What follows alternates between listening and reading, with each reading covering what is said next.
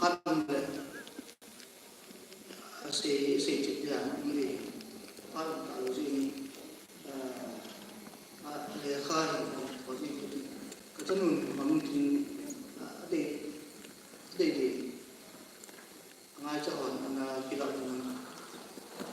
là gì chú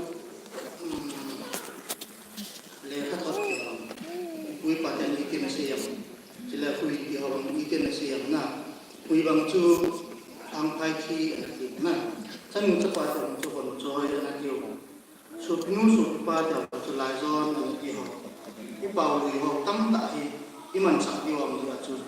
em cất cái hình một con mà số miếng thì ông chú số lông bạc na thì vậy em cất cái bào không